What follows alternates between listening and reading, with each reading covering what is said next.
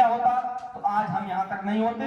अब वो दिन आने वाला है कि हम घरों में मीटिंग करेंगे, हम बाहर इस तरह मीटिंग और लाउड स्पीकर से नहीं कर पाएंगे, क्योंकि उनके जो है अब शासन के डंडे हमारे तरफ चलने लगेंगे।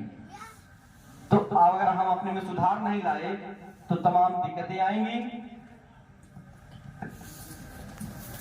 और इसको यह फोटो तो सभी लोग जान रहे होंगे। बेटा ये जान रहे हैं फोटो किसका है? किसका? बच्चों को जानना जरूरी है कि नहीं? ये चीज फोटो बहुत जरूरी है। बच्चों को ये जानना अति आवश्यक है। हमारे घर में हमारे पास 3 बेटियां हैं, तीनों बेटियों से कोई कहीं से क्वेश्चन करेगा, क्योंकि हमारी जब शादी से पहले ही हम अपनी कथा बता दे रहे हैं, शादी से पहले ही हमने अपने जो है मिसेज से हमने कह दिया कि आप जो सिंदूर लगाई है, आप जो अपना वो ओठ रंगी है, ये हमें जरूरत नहीं है, पूरी जिंदगी जरूरत नहीं है, हमें नकली श्रृंगार की जरूरत नहीं है, हमने पहले ही कह दिया। उन्होंने बड़ा नाराज भी हुआ इसके लिए। हमने कोई दिक्कत नहीं होगी, आप नाराज हो चाहे खुश हो, हमें इसकी जरूरत नहीं है, हमें नकली श्रृंगार की जरूरत नहीं है। आज वो पुस्तक भी हम लेकर आए हैं कि महिलाओं का श्रृंगार असली क्या है और नकली क्या है। सर किताब उठा दीजिए जो हमारी। आज जो है महिलाएं हमारे शोषण की शिकार कहां से हो रही हैं? क्यों अपने जो पति का गुलाम बनी हुई है? कारण यही है क्यों आगे वो समाज में आगे निकल के नहीं आ पा रही हैं। कारण ये कि कहीं ना कहीं वो गुलामी उनकी इतनी जकड़ी हुई है कि वह समाज से निकल नहीं पा रही। पहली गुलामी सिंदूर है। उनसे पूछिए कि सिंदूर किसका प्रतीक है? पति का। भाई पति का प्रतीक है, धोती क्यों नाते सुनो रहने दो, हमेशा पड़ी रहने दो। जबकि सिंदूर जहर है, शीशा मिला हुआ है, लेकिन इतनी विडंबना है, पति का प्रतीक है। मैं ये कह रहा हूँ कि मेरी पत्नी नहीं पहनती, क्या उसका शादी नहीं हुई है? मैं उसका पति नहीं हूँ। मैंने उनको एक मिसाल दिया, मेरे घर की मिसाल है। मेरी जो है चाचा की जो बहू थी जो है, तो उन्होंने जो है वह जो ये छठ होती है ना, छठ, ये छठ व्रत थी। और बहुत जब वो आई शादी होकर तभी से रहने लगी, तो जो है हमारे चाची के लड़के की मृत्यु अल्पायु हो गई। पकड़िए से। हमने कहा आप देखिए व्रत नहीं है, हम कुछ दिन जीवित रहेंगे। आप जो व्रत है देखिए, वो व्रत है, उनके पति बहुत जल्दी चले गए। कई लोगों को हमने देखा। तो हमें इस व्रत की जरूरत नहीं है, हमें जरूरत है कि हमें असली और नकली की पहचान करनी, क्या असली है क्या नकली है। नारियों का श्रृंगार हम तो ये चाहते थे कोई महिला अगर यहाँ आके बोले, लेकिन पहले तैयारी होनी चाहिए था। हमारे नारियों का श्रृंगार ओरिजिनल क्या है, असली क्या है? शिक्षा। असली श्रृंगार उनका शिक्षा है। वह तो जो नकली जो श्रृंगार करती है वो अपने को दिखाने के लिए करती है, वो एक गुलाम का प्रतीक है। लेकिन ये गुलामी वो जब तक ली रहेगी तब तक वह समाज में आगे आकर कुछ नहीं कर सकती। तो दूसरी उसका जो श्रृंगार है कला। तीसरा है शील और मैत्री। करुणा, स्वतंत्रता का अर्थ यह है कि आजादी, वह पूर्ण रूप से स्वतंत्र है। और संयम मतलब अपने को संयम रखे, विचार और मन को संयम रखे। सर तो इधर पीछे की तरफ जो मोबाइल को मार देंगे। और लज्जा, मैं इसको थोड़ा डिटेल नहीं बता पा रहा हूँ, समय कम है। साथ ही में क्षमाशीलता, संतोष, सहिष्णुता, श्रमशीलता, स्वच्छता, सुव्यवस्था, विनम्रता, गंभीरता, यह महिलाओं का श्रृंगार है। मितव्ययिता, उदारता, सेवा, जैसे अपने माता पिता की सेवा करती थी जब शादी से पहले, उसी तरह शादी के बाद अपने सास ससुर की सेवा करेगी। तो जाहिर सी बात है कि घर में कोई न कलेश आएगा न कोई विडंबना, और पवित्रता और सादगी, यही महिलाओं का श्रृंगार है। और तीसरा कोई श्रृंगार है ही नहीं। इसके बाद इसी में छुपा हुआ एक चीज है, सामने इसी में एक छिपी हुई चीज है कि जब महिलाएं एक दूसरे के घर जाती हैं,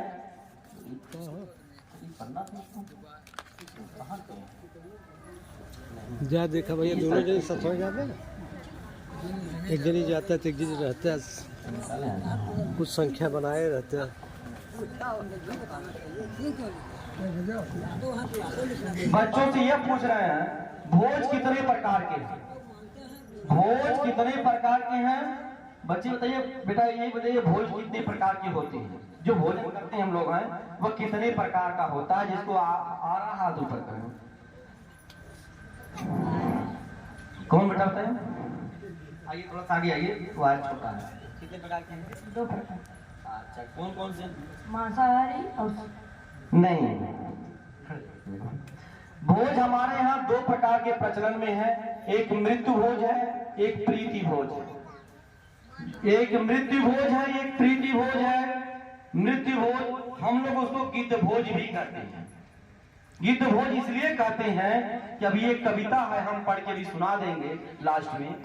वही गिद्ध भोज ही है जहाँ शोक हो, दुख हो, वहां पर बहुत अच्छे मन से जो है, लाग से अगर कहीं पे जो है पकवान खाए जाएं तो गिद्ध भोज हो सकता है, जानवर भोज हो सकता है, तीसरा भोज तो नहीं।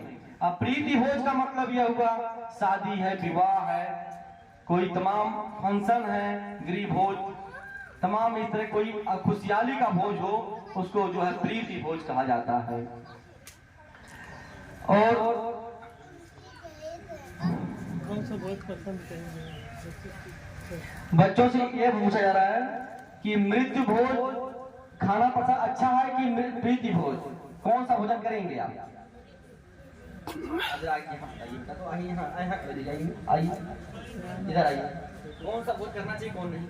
प्रीति भोज। प्रीति भोज बच्चा कह रहा है। प्रीति भोज हम बच्चे से परिचित नहीं है, न कि हम बच्चे को सिखा दिए हैं या बच्चा हमारा परिचित है। जो हम बच्चे इसके पहले हमें कभी देखे थे बेटा? कहीं नहीं ना। बच्चा बता रहा कि प्रीति भोज करना चाहिए, मृत्यु भोज नहीं। हम लोग बचपन में थे, पिताजी कहीं अगर 13वीं खाने जाते थे, हम लोग छोटे छोटे थे, याद था, माता जी से कहते थे कि देखिए बच्चे नहीं जा पाओ वहां पे, और हम गए थे, गराई बताते थे, बड़ी मेहनत से एक पूरी खाए, खाने की हिम्मत नहीं कर रहे थे। मतलब इतना दूषित भोजन था ये। आज इतना जो अच्छा भोजन पकवान बन रहा है कि लोग बड़े चाव से खा रहे हैं, और कोई शिकायत नहीं। और कह रहे पापड़ भी मिली, सलाद भी मिला, सारी व्यवस्था एकदम भोज की तरह थी एकदम। कितनी विडम्बना है। और इस विडम्बना को लोग अपना जो है, आज जो हमारा 85 समाज अपना जो है मान सम्मान समझ रहा है। तो है जैसे, और साथ में हमें कहेंगे बहुत कम भाई साहब से जो है कि बच्चों को जो है, अच्छा पिताजी की उम्र क्या रही होगी? पिताजी की उम्र क्या रही होगी? 58 साल। पिताजी तो सब कुछ देख के चले गए होंगे। बच्चों से एक कंपटीशन अगर दिलवा दिया जाए, बच्चे देने लायक हैं, और उसके बारे में भी लोगों को जानकारी दे दी जाए कि एक जो है, सर मेरे जो है बैग में गुब्बारा है, सर ये साहब मेरे बैग में गुब्बारा, बच्चे जो है एक गुब्बारा आपके सामने अगर फोड़ लेते हैं तो कोई दिक्कत? भाई आप लोग सहमत हैं? सहमत हो तभी करवाया जाएगा। अरे बच्चों को तो आनंद, सहमति है ना? हाथ उठा के बताइए। भाई साहब आप लोग कुर्सी बैठ जाए, कुर्सी खाली है, कुर्सी खाली है, खड़ा होना अच्छा नहीं लग रहा है। नहीं, हमें वो दिखाने से हाथ नहीं समझ में आ रहा है। यही समझ में आ रहा है कि सब लोग कुर्सी ले लें और कुर्सी बैठ जाए। सम्मान है, भाई साहब का भी सम्मान है। आप लोग उनके दरवाजे पर आए हुए हैं तो खड़ा होने में सम्मान नहीं है, और यहाँ बैठने में सम्मान है, भाई साहब का भी सम्मान है। अच्छा, इसलिए तो हम लोग जो है बच्चों को गुब्बारा फड़वा सकते हैं ना। अच्छा, इससे एक वैज्ञानिक सोच अपनी क्या है, ये भी समाज को देना होगा कि जो व्यक्ति डेली एक गुब्बारा अगर फोड़ता है फुला के, कभी हार्ट का पेशेंट नहीं हो सकता। ये मेरा गारंटी और दावा है, कभी हार्ट का पेशेंट नहीं हो सकता गुब्बारा फोड़ने से। और ये कंपटीशन है कौन कितना जल्दी फोड़ लेता है, किसका पहले फोड़ता है, उसका आप लोगों को निर्णय लेना है कि कौन बच्चा पहले फोड़ा है। उसको देखते रहिए, बताइए, हमारी तरफ से कुछ इनाम भी है। बात सही। चेक कर लीजिए अपना अपना गुब्बारा, हवा भर के थोड़ा चेक करिए। जब हम कहेंगे कि वो कोई कहीं लीक तो नहीं ना, लीक नहीं ना है, नहीं चेक कर लीजिए, खोल चेक कर लीजिए बेटा, आप भी पढ़िए। देखिए किसमें कितना है दम, देखिए किसमें कितना है दम। जो बहुत ही दमदार होगा वो पहले ही फोड़ पाएगा। और हाँ, गुब्बारा फुला के फोड़ना है। 1 2 3 फुला के फोड़ना है, न हाथ लगा के फोड़ना है, न हाथ से फोड़ना है, न उंगली पे लगाना है। फुला हवा भर के ही फोड़ना है। देखना है कि इसमें कितना दम है। कौन फोड़ता पहले देखना है। एक फर्स्ट है बच्चा। दूसरा बस 2 हो गए सर, लाने दीजिए। लाइए सर मेरे पास, लाइए। यहाँ खड़े जाओ बेटा, यहाँ खड़े जाइए। चला इनाम को पात्र भैया लड़के यहाँ सामने फोड़िए फोड़िए बेटा, फोड़िए फोड़िए, हवा भरते रहिए। सभी तो फोड़ना सबको है, देखा ये नहीं कोई किसी छोड़ना है, सबको फोड़ना है। गुब्बारे फोड़ना, फोड़ो फोड़ो फोड़ो, फोड़िए फोड़िए फोड़िए, कौन फूटते हैं फोड़ो ना बेटा। दूध नहीं पियो क्या? फोड़िए, फोड़ना ही पड़ेगा। बड़ा था अभी। फर्स्ट सेकेंड 2 बच्चियां हैं। हाँ बच्चों में सर मेरा बैग लाई नहीं थी। भैया आपका नाम हम नहीं जान पाए, संजय जी नाम क्या है? आप आइए हमारे यहाँ। सर बैग मेरा लेते हैं, जो मैं देख ले रहा हूँ क्या है। बच्चों को देने के लिए कुछ है इसमें? सर एक मिनट नहीं, हमारी तरफ से बच्चों को देने के लिए कुछ है, देखें।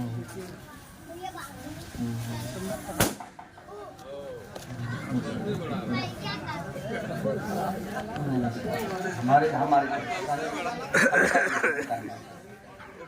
देखिए, आज हम लोग इकट्ठा हुए हैं। सब लोग चट्टी चौराहे पे समाज बदलने के लिए, अपने बदलने के लिए तमाम बातें लोग करते हैं, लेकिन अभी बदलने का अभी कुछ प्रश्न बाकी हैं बच्चों से, उसके बाद इनाम दिए जाएंगे। साइलेंट रहिए बेटा, साइलेंट, शांत रहिए। फोड़िए फोड़िए भैया। आपकी मम्मी पापा आए हैं यहाँ पे? बिटिया मम्मी है, कहाँ है? हाथ ऊपर करिए जहाँ मम्मी इनकी हो। अरे आप आई हैं, इनको दूध लगा दीजिए थोड़ा सा। इनको दूध पीने के लिए गुब्बारा नहीं फोड़ पा रही हैं। हाँ इसलिए। आपकी मम्मी पापा वही है? इनकी मम्मी कौन है? अच्छा, तो आप भी दूध कल से पीना शुरू कर दो, ठीक है बेटा? ये गुब्बारा ये लोग फोड़ नहीं पा रहे हैं, बड़े कमजोर हैं। और फोड़िए बेटा, बेटा फोड़िए गुब्बारा, गुब्बारा फोड़िए। अरे बैठ के अरे वो नई ट्रिक पैदा किया, नहीं फूट रहा, सोचा कि अब इसको कुछ अलग से जो है सोचना पड़ेगा। ये बताइए, हमारा देश संविधान से चलता है कि गीता कुमार जो है कुरान रामायण से चलता है? किससे चलता है हमारा देश? जिससे पूछा जाएगा वही बताएगा। हमारा जिसको आ रहा हाथ ऊपर करेंगे। हमारा देश इधर नजदीक आ जाओ बेटा, नहीं यहाँ तार वहाँ नहीं पा रहा, एक रहिए। हमारा देश संविधान से चलता है कि रामायण गीता कुरान जो बाइबिल किससे चलता है? संविधान। हमारा देश संविधान से चलता है। अच्छा, किसी किसी घर संविधान की पुस्तक है? जरा हाथ ऊपर करिए तो हम यहाँ बच्चों की, आप लोगों के घर पे संविधान की पुस्तक है? क्यों नहीं। और यहाँ जितने लोग आए हुए हैं, अच्छा बहुत बधाई हो दोनों को कि संविधान जिससे अपना देश चलता है, जो हमारी धार्मिक पुस्तक है, एक तरह से अपने 85 समाज की, जिससे हमें हक अधिकार तमाम चीज हमें मिला है, वो हमारे घर में है। और बाकी लोग तो उसको आवश्यकता ही नहीं समझते होंगे, हमको लग रहा है। साइलेंट रहिए बेटा, साइलेंट रहिए। आप भी आइए, आपको भी इनाम दिया जाएगा। और ये बताइए, एक आखिरी हमारा प्रश्न यह होगा, हम यहाँ से जा रहे हैं घर अपने, यहाँ कार्यक्रम हो गया, कार्यक्रम से हम अपने घर जा रहे हैं। बेटा ध्यान सुनिए, इधर देखिए, हम अपने घर जा रहे हैं, यहाँ से रास्ते में जा रहे हैं गाड़ी से, हमारा एक्सीडेंट हो गया। मान लीजिए एक्सीडेंट हो गया, मान लीजिए हमारा एक्सीडेंट हो गया। जिसको आएगा वही हाथ ऊपर करेगा, बोलेंगे नहीं। जब हमारा एक्सीडेंट होगा तो आप लोग मान लीजिए, अगर आप सुनेंगे तो जाएंगे जरूर कि हमारे घर आए थे तो जाइए, उनका एक्सीडेंट हो गया, चले वहां पे। तो हमको कहाँ लेके जाएंगे? अस्पताल में, मंदिर मस्जिद कहाँ ले जाएंगे? जिसको आ रहा है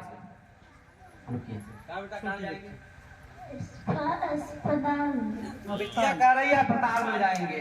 ताली बजाइए। बिटिया को ये पता है, लेकिन मैं इस क्वेश्चन इसलिए किया हूँ कि हॉस्पिटल में भी माताएं बहनें तमाम लोग, हमारा 85 समाज वहां जाके बैसाखी वाला काम करता है कि मनौती मांगता है, मनौती मांगता है। जबकि डॉक्टर जो है अपने कला और अपनी गुणवत्ता से, अपने दवा से हमको सही कर पाएगा, बाकी कोई नहीं सही कर पाएगा।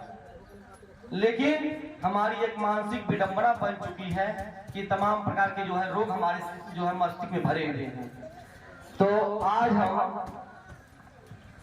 हम बागदेव सर से एक बच्ची और एक बच्चे को जो है इस संविधान की पुस्तक जो है, जो बच्ची प्रथम आई थी, प्रथम कौन आई थी?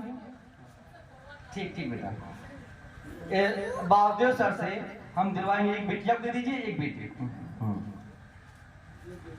हाँ, ये बच्चा कौन प्रथम आया था? प्रथम कौन आया था? ये आया था? नहीं इधर वाला ये आया था ना? तो सर थोड़ा वीडियो इनको ले लीजिए, संविधान देते समय। और संजय सर जहां हो आइए हमारे पास। यह आज जो है हमारे घरों में यह पुस्तक होना अति आवश्यक है, जिसमें समतावादी सभी महापुरुषों का नाम लिखा हुआ है, जिसे हम लोग जो बहुजन वर्णमाला अपने पैसे से मंगा कर जो दिल्ली से निःशुल्क बच्चों में बांटने काम करते हैं। बच्चे जान जाए, जो हम फोटो दिखाए हैं आज लोग पहचान नहीं पा रहे हैं, इसी कारण इसको मंगा रहे हैं कि ये दिखाइए और सबको समझाइए, बताइए। यह अपने हाथ से इस जो है कौन सेकंड बच्ची थी? सेकंड बच्ची कौन थी? सेकंड, हाँ, इस बच्ची को अपनी तरफ से इस तरह दिखाइए सर, इस तरह जो है। हाँ, बच्ची का चेहरा भी आना चाहिए थोड़ा साइड करिए। हाँ, चलिए ठीक। बच्ची को बहुजन वर्णमाला, यह जो कम से कम 20 लोगों को पढ़वाना है, अपने भी पढ़ना है। ठीक, आपके मम्मी पापा यहाँ आए हैं? पापा आए हैं? कहाँ पे हैं? पापा हाथ इनके आए हैं तो हाथ ऊपर करिए। अभी आप जो है यह पुस्तक जो है कम से कम 20 लोगों, 20 बच्चों से पढ़वाना है। ठीक बिटिया, खड़े जाइए। ये जो पुस्तक जो है, जो सेकंड बच्चा आया था, सेकंड बच्चा कौन है? डॉक्टर भीमराव अंबेडकर, जो हमारे महापुरुष, ऐसे महापुरुष रहे कि आज हमें यहाँ बोलने का अधिकार मिला है, और तमाम अधिकार उन्हीं की देन है। और उनकी जो है पुस्तक देकर बच्चों को सम्मानित किया जा रहा है। और ये बेटा पूरा अध्ययन करेगा, इस अध्ययन करोगे इस पूरा में? और सबको पढ़वाना भी है। हाँ, ठीक। और साथ में अपने हाथ से भैया कापी कलम बच्चों को वितरण करवा दीजिए।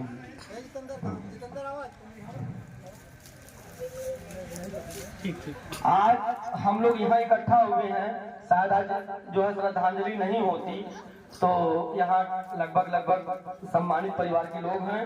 यहाँ पे हजारों की भीड़ होती, यहाँ जगह नहीं मिलती।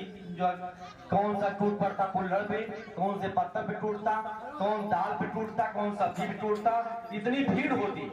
क्योंकि आज तो खाने की व्यवस्था है नहीं, भैया क्यों आएंगे इनके घर से? तो बड़ा गलत काम करने जा रहे हैं।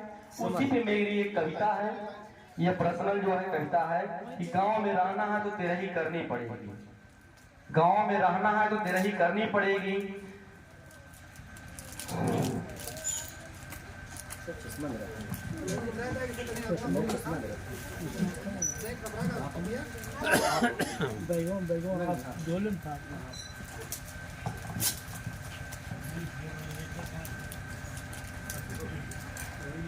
देखिए शीर्षक है गांव में रहना है तो तेरा ही करनी पड़ेगी।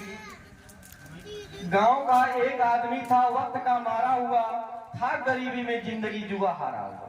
आज अपना 85 समय यही कंडीशन में है कि भले हम अपने को अच्छा इंसान समझते हैं, लेकिन कहीं न कहीं से लाचार हैं, चाहे आर्थिक तौर से, मानसिक तौर से।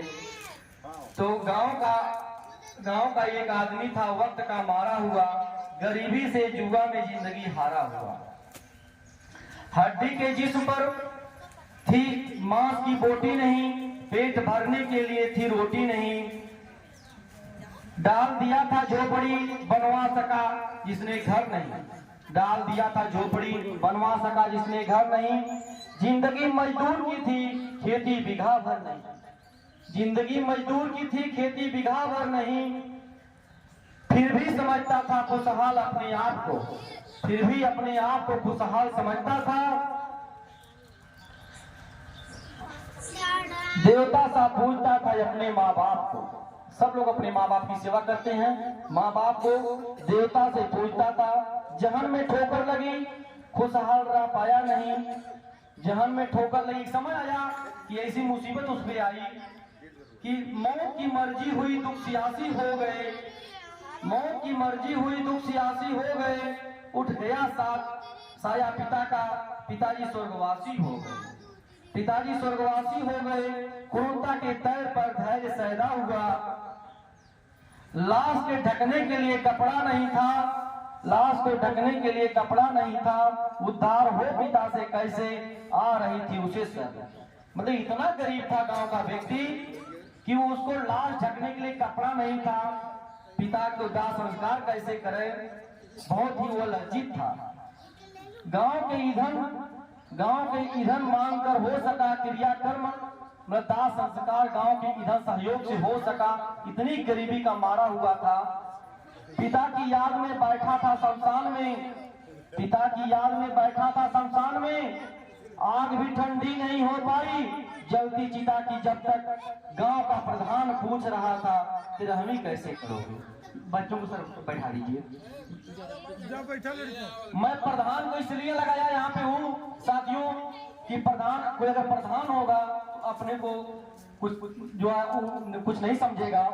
इसलिए कि एक गौरवान्वित व्यक्ति गांव का एक धनाढ्य व्यक्ति आता है, एक गरीब घर आदमी घर आता है, कहता है अरे आगे क्रियाक्रम कैसे होगा, तिरहमी कैसे होगी, ये नहीं पूछता है कि भाई इस परंपरा खत्म करें।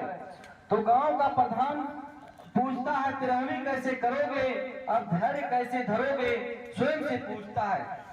वो जो मजदूर था, असहाय था, वह जो है अपने स्वयं आत्मा से पूछता है कि आप धैर्य कैसे धरोगे। पेट की रोटी नहीं थी, चिथड़ों से तन ढका था। रोगों का सताया तिरहमी में क्या रखा था, रोगों का सताया तिरहमी में क्या रखा था। गिड़गिड़ा कर कहने लगा कलुआ बेमौत मर जाएंगे। जो महाशय पूछने आए उनसे बताया कलुआ जो गरीब था, बेचारा मजदूर असहाय था, उसने कहा बेमौत मर जाऊंगा, अगर तिरहमी का नाम लेंगे तो मर जाऊंगा, क्योंकि तन पे जो है मेरे चिथड़ा ढका हुआ है, कपड़ा जो है चिथड़े के रूप में है, खाने को 2 वक्त की रोटी नहीं है। अब गांव वालों में देखिए यह बातें आग की तरह फैल जाती हैं पूरे गांव में। भाइयों क्षमा कर दो, हम ये नहीं कर पाएंगे। संस्कारों की जुबानी पुरानी रीत मैली हुई, दूसरे ही दिन यह हवा गांव में फैली हुई। दूसरे ही दिन यह हवा गांव में फैली हुई। तब गिद्धों ने मैंने गिद्ध के रही खाने वालों को कहा, जानवर कहा जो है उसको तमाम बहुत कुछ कहा, वो वही नीति अपनाते हैं खाने वाले। गिद्धों ने कहकर उद्धार कैसे हो बुजुर्गों का, कलुआ से तनिक डर नहीं रहा। मतलब कलुआ तनिक भी डर नहीं रहा, उसका पिता मरे हैं, कलुआ को डर नहीं है, ये परंपरा रीति रिवाज तोड़ रहा है। गांव का कलुआ पिता की तिरहमी नहीं कर रहा है। स्वर्गवासी की तनिक भी जिक्र नहीं, केवल पेट भरने के लिए गिद्धों को तिरहमी की फिक्र थी। स्वर्गवासी पिता की थोड़ा सा भी उनके अंदर वो जो है दुख नहीं था, लेकिन तिरहमी की फिक्र थी। तूल इतना दे रहे थे लोग, इस सरपंच को फैसला करना पड़ा।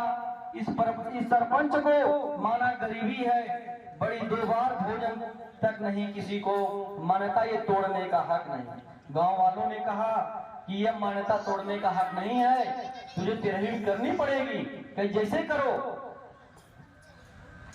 आज तुम कतरा गए, कल और जनता भी गांव से कतरा जाएगी, यह परंपरा खत्म हो जाएगी। तो गांव वाले जो उसके यहाँ कह रहे थे कि आज अगर तुम तोड़ दोगे तो सब लोग कल ये परंपरा तोड़ने लगेंगे, ये अच्छा नहीं है, तुम्हें तिरहमी करनी पड़ेगी।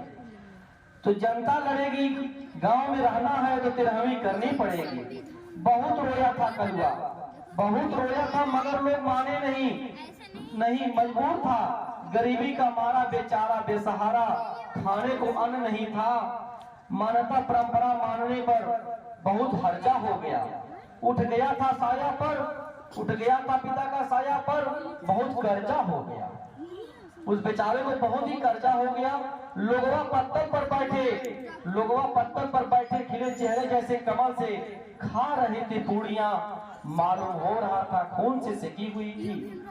उस कलुआ बेचारे की खून से सेकी हुई थी, ऐसा प्रतीक कलुआ को हो रहा था, खाने वाले को नहीं हो रहा था। जिसके घर खाते हैं उसको आभास होता है, उसको दुख होता है कि ये मेरे खून की सेकी हुई है, न कि रिफाइंड डालडे की सेकी हुई पुड़िया लोग खा रहे हैं। टूटते थे कुल्हड़ों पर हाथ, ऐसे पहुंचकर गिद्धों जैसे खा रहे होते मांस को नोच नोच कर। मालूम यह हो रहा था कलुआ का मांस नोच नोच के खा रहे हैं। तिरामी के नाम पर कितना बड़ा अंधेर था। बाप के बदले पर द्वार पर पत्तलों और कुल्हड़ों का ढेर था। बाप तो चले गए, लेकिन पत्तलों और कुल्हड़ों का ढेर घर के सामने दरवाजे पे दिखाई दे रहा था कि उसके 13वीं में उसको यही मिला। उसके बदले, बाप के बदले में कुल्हड़ों और पत्तलों का ढेर मिला। संस्कारों की वजह से साथियों कलुआ कैसे ठग गया।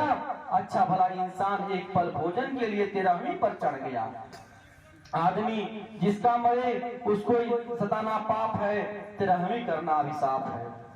आदमी जिसका मरे उसको सताना पाप है, 13वीं करना अभिशाप है। मृत्यु भोज छोड़ दो, दादा मरे या दादियां, सभी साथियों से मिलकर बोलो हम इस नियम को तोड़ देंगे। अब जो मरेंगे हम केवल करेंगे शोक सभा और श्रद्धांजलि, क्रियाकर्म नहीं करेंगे। तभी हमारा 85 बहुजन समाज साथियों धार्मिक मानसिक रूप से लूटने से बच जाएगा। साथियों मजबूरियों में भरा यह मृत्यु भोज छोड़ दो। कर्ज लेकर अब कोई दोबारा अपने पिता की 13वीं न करे। दोबारा कभी किसी गांव में इस तरह से दोबारा कभी कोई कलुआ गरीबी में न मरे। तो साथियों इसी के साथ हम अपनी बातों को विराम देंगे। बहुत सी विडंबनाएं हैं समाज में, बहुत सी परंपराएं हैं, हम चमत्कार मान के करते हैं। हम साथ में ये भी कहना चाहते हैं कि आप लोग हिमाचल प्रदेश का नाम सुने होंगे। हिमाचल प्रदेश में कांगड़ा जिले में एक ज्योति जलती है, उसको ज्वाला देवी, ज्योति माई तमाम लोग कहते हैं, कुछ कहते हैं, लेकिन वही ज्योति वो प्रोफेन गैस निकलती है। मेथेन एथेन जो प्रोफेन गैस होती है वो हवा के संपर्क कहीं भी निकलेगी। हवा के संपर्क में आने पर वह जो बच्चे जो लोग विज्ञान के स्टूडेंट होंगे वो अच्छी तरह जानते होंगे जो हवा के संपर्क में आती है तो जलने लगती है, लौ की तरह जलेगी। वह धरती में जो पृथ्वी के 1300 फुट नीचे से आती है गहराइयों से वह गैस, लेकिन अपने भारत देश में वहां पर जो है मनुवादियों की दुकान लगी हुई है। वही गैस तुर्की देश में निकलती है, अमेरिका में भी निकलती है, वहां उससे बिजली उत्पादन किया जाता है। वह कोई जो चमत्कार नहीं मानते, न कोई देवी देवता मानते हो। तो हमारा 85 समाज इसी तरह लूट रहा है कि वह जो है चमत्कार में लूट रहा है, कहीं न कहीं मानसिक अपनी कमजोरी या बैसाखी कह लीजिए तमाम तरह में लूट रहा है। बहुत कुछ बोलने का है, लेकिन हम सोच रहे हैं कि वो और वक्ता गण आए हैं, वो समय दें और कुछ बताएं हम लोगों को। सारा नमो बुद्धाय, जय हिंद। बहुत धन्यवाद। आज मेरी पेरियार शिवशंकर जी।